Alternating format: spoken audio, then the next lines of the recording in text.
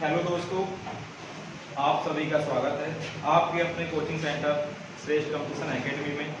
और मैं आज आपके लिए बहुत ही इम्पोर्टेंट टॉपिक जो 12th क्लास की फिजिक्स से संबंधित है, मैं आज उसके बारे में बात करने आया हूँ। देखिए, जैसे मैं बात करता हूँ, जो टॉपिक है आपका ये है आवेश का संरक्षण के नियम से।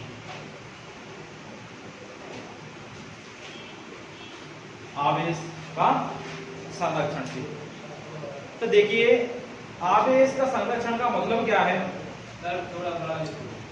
आवेश को नहीं तो उत्पन्न किया जा सकता है और नहीं नष्ट किया जा सकता है।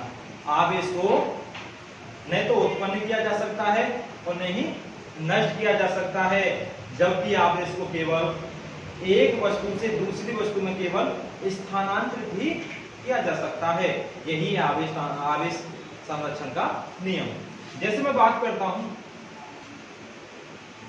एक पदार्थ है हमारे पास कोई ए है और इसके अंदर जो आवेश है 2 कूलाम, 3 कूलाम और -4 कूलाम। इसी को हम दूसरे तरीके से देखो कैसे लिख सकता हूं मैं। इसी को मैंने दूसरे तरीके से इस प्रकार लिखा, जैसे -2 कूलाम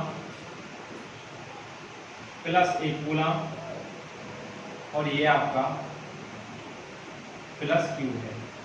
ये जो हमारी वस्तु A है, यहां भी उसी वस्तु की हम बात कर रहे हैं। तो यहां से देखिए कैसा पता चलेगा। यहां से हमें जो Q चार्ज है इसकी वैल्यू फाइंड करनी है। क्या करना है? Q की वैल्यू निकालनी है। तो देखिए, हमें पता है जितना आवेश इसके अंदर है इतना ही आवेश इसके भी अंदर है, क्योंकि हमने यहाँ और यहाँ दोनों ही जगह एक ही वस्तु की बात की है। तो देखिए, इसका आवेश कितना है? 2C + 3C और -4C।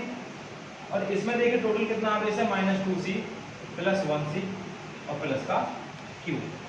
तो देखिए 2 और 3 5 कूलाम, -4 कूलाम, -2 कूलाम और +1 कूलाम है। तो कितना आएगा हमारे यहाँ? -1 कूलाम और +Q। 5 में से जब 4 माइनस करूंगा मैं तो कितना आएगा? +1 कूलाम। और इस 1 को जब मैं साइड चेंज करूंगा तो ये 1 भी क्या हो जाएगा? इधर आगे प्लस का हो जाएगा और इक्वल में Q। दोनों प्लस के हैं, ऐड हो जाएंगे 1 और 1 2। तो यहाँ से देखो हम कह सकते हैं कि जो Q है उस Q चार्ज की वैल्यू कितनी है? आवेश की वैल्यू कितनी है? 2 कूलाम है। कितनी है? 2 कूलाम। अब देखिए, आगे मैं आपको एक दूसरे टॉपिक के बारे में बताता हूं, जिससे आगे टॉपिक आता है। उस टॉपिक का नाम है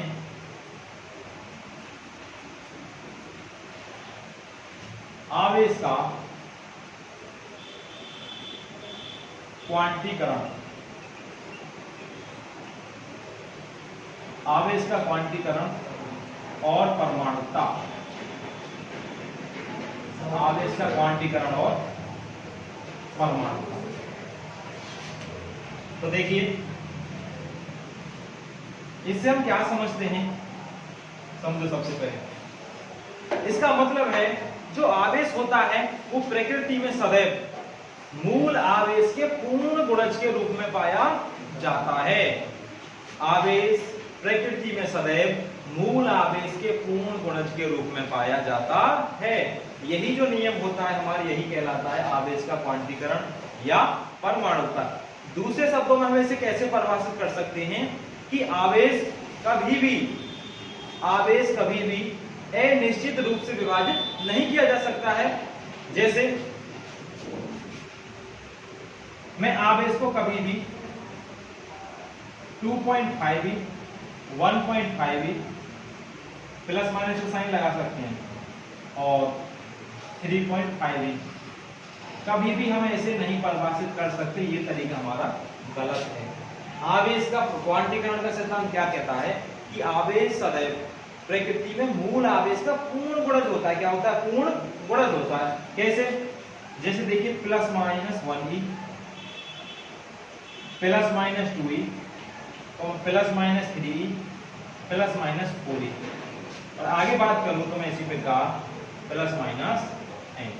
तो ये किसी भी बॉडी या निकाय पर आवेश को सही तरीके से परिभाषित करने का तरीका होता है।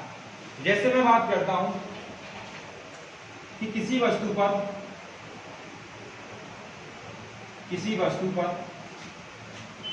n इलेक्ट्रॉन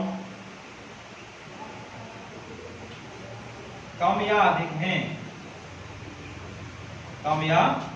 अधिक हैं, तो उस पर कुल आवेश Q बराबर प्लस माइनस साइन। अब देखिए प्लस माइनस साइन का मतलब क्या है।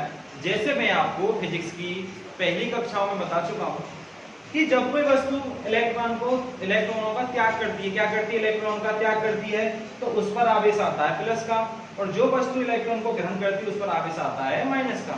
क्योंकि हम जानते हैं जो E होता है हमारा, जो E है ये मूल आवेश है। क्या ये मूल आवेश है? क्या ये मूल आवेश है? या इसको मैं एक इलेक्ट्रॉन का आवेश बोलूं, क्या बोलूं, एक इलेक्ट्रॉन का आवेश, दोनों ही बात एक है। E का मतलब क्या है? मूल आवेश या एक इलेक्ट्रॉन का आवेश जिसकी वैल्यू -1.6 × 10⁻⁻⁹ कूलम होती है। ये होता है हमारा मूल आवेश। जैसे मैं बात करने लगूं एक क्वेश्चन की, यहां से आपको बताऊं कि किसी भी निकाय पर, किसी निकाय या वस्तु पर प्लस 1 कूलम आवेश है, तो उस पर कितने इलेक्ट्रॉन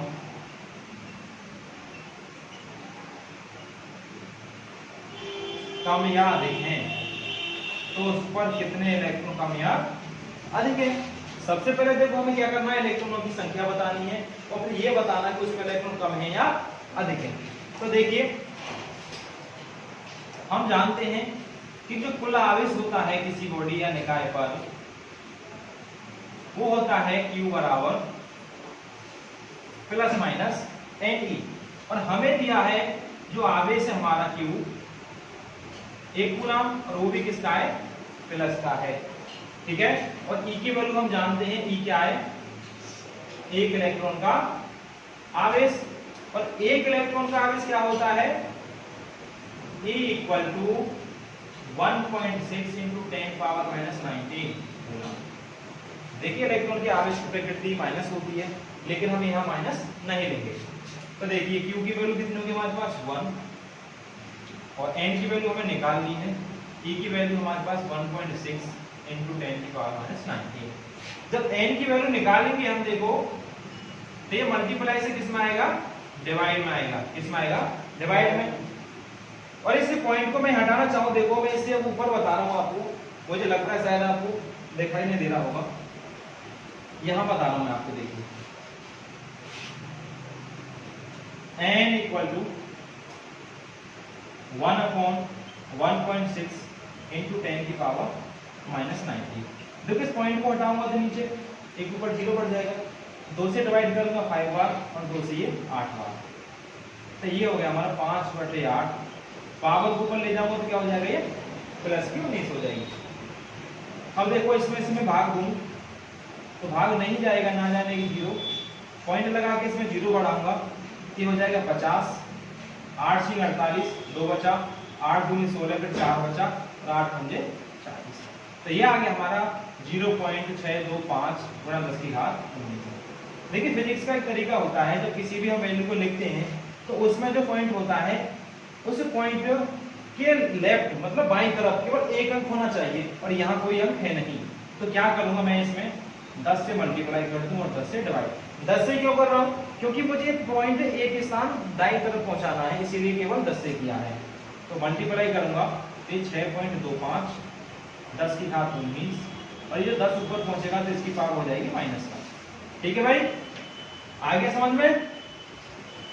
देखिए तो कितना हो जाएगा 6.25 गुणा 10 की घात आधार सेम है तो आप घातें क्या होती है जुड़ती हैं, लेकिन माइनस का चिन्ह है तो घट जाएंगी।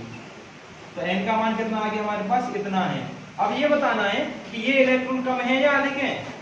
भाई हमारे पास जो लिखा है उस पर प्लस का आवेश है, किसका है, और प्लस का आवेश कब आता है, जब इलेक्ट्रॉन की कमी होती है। तो लिख देंगे कितने इलेक्ट्रॉन सामान्य अवस्था से कम है, क्या है, कम है। तो देखिए आज आपके लिए इतना ही बहुत है, और इससे आगे जो बात करेंगे हम अगली क्लास में बात करेंगे। धन्यवाद।